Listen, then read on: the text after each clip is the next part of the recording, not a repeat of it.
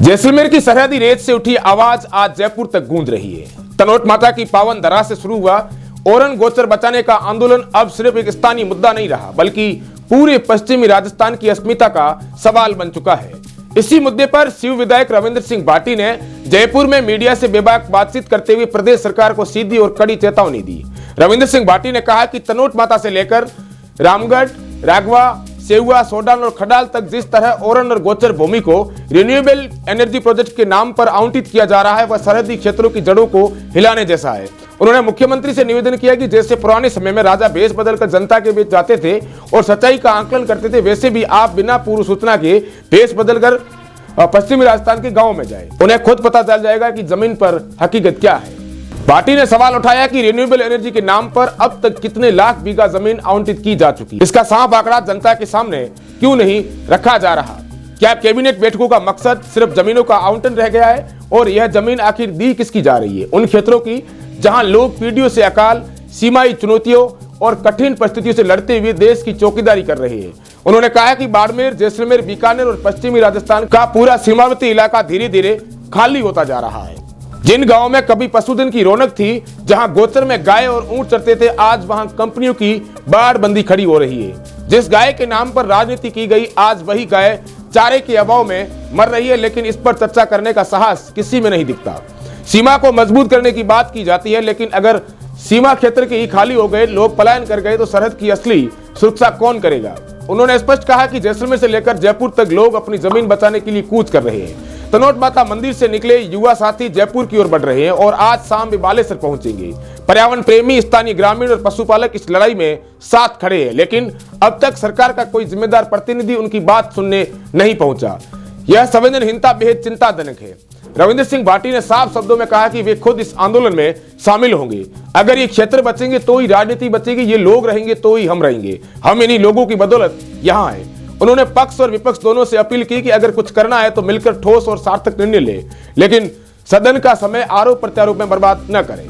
यह मुद्दा राजनीति से ऊपर उठकर देखने का है। उन्होंने आरोप लगाया कि पश्चिमी राजस्थान की जमीनों को मल्टीनेशनल कंपनियों के हाथों गिरवी रखी जा रही है। जिस मॉडल को राइजिंग स्टेट और विकास का नाम दिया जा रहा है, वह स्थानीय लोगों के अस्तित्व पर सवाल खड़ा कर रहा है। आप गाय की बात करते हो, ओरन गोचर की बात करते हो, पर्यावरण और धर्म की बात करते हो, लेकिन दूसरी तरफ उन्हीं मूल्यों की जमीन को खत्म किया जा रहा है। अगर भला नहीं कर सकते तो कम से कम प्रदेश को किसी के हाथों गिरवी रखना बंद करो। भाटी ने दो टूक कहा। उन्होंने प्रदेश सरकार से आग्रह किया कि मल्टीनेशनल कंपनियों के आगे घुटने टेकने के बजाय मजबूती से स्थानीय हितों की रक्षा करे। विकास जरूरी है, लेकिन ऐसा विकास जो लोगों को उजाड़ दे, पशुधन को खत्म कर दे और सरहदी गांवों को खाली कर दे। वह विकास नहीं बल्कि विनाश है। जैसलमेर की रेत से उठी यह आवाज अब सिर्फ एक विधायक की नहीं रही, बल्कि उन हजारों लोगों की है जो अपनी जमीन, अपनी संस्कृति, अपनी आस्था और अपने भविष्य को बचाने की लड़ाई लड़ रहे हैं। सवाल साफ है, क्या सरकार इस पुकार को सुनेगी या विकास के नाम पर सरहद की आत्मा को दांव पर लगाती रहेगी? ऐसी ही खबरों को देखने के लिए द बवाल के साथ जुड़े रहे। आगे वीडियो में जरूर देखें कि रविंद्र सिंह भाटी ने क्या कुछ कहा है। मैं तो माननीय मुख्यमंत्री जी से निवेदन करना चाहूंगा कि जिस तरीके से पुराने जो राजा हुआ करते थे, वो भेष बदल के जनता के बीच जाया करते थे, आप भी भेष बदल के जनता के बीच में जाएं और ओपिनियन लें। आपको पता चल जाएगा कि वाकई स्थिति क्या है। आपने राघवा, सेहुआ की बात की, आपने रिन्यूएबल एनर्जी की बात की।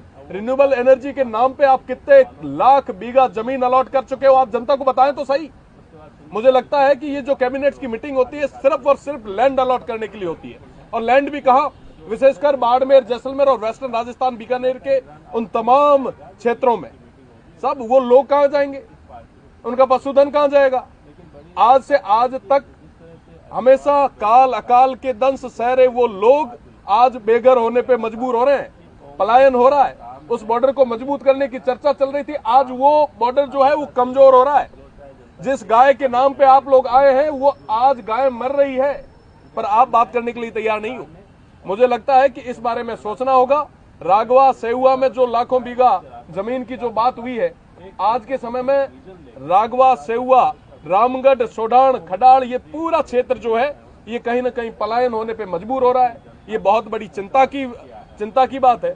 और ओरन के तमाम जो भी प्रेमी है, जो पर्यावरण प्रेमी है, आज जैसलमेर से रवाना होकर बालेसर तक पहुंचे हैं। उनकी बात सुनने के लिए अभी तक कोई प्रदेश की सरकार का कोई प्रतिनिधि नहीं गया है। और आज हम लोग भी उस मूवमेंट में शामिल होंगे, क्योंकि साहब ये क्षेत्र रहेगा तो ये राजनीति रहेगी, ये क्षेत्र रहेगा, ये लोग रहेंगे तो हम लोग रहेंगे, इनकी बदौलत हम लोग हैं। तो मुझे लगता है कि ये बहुत बड़े विषय है, प्रदेश की सरकार को इस बारे में सोचना चाहिए।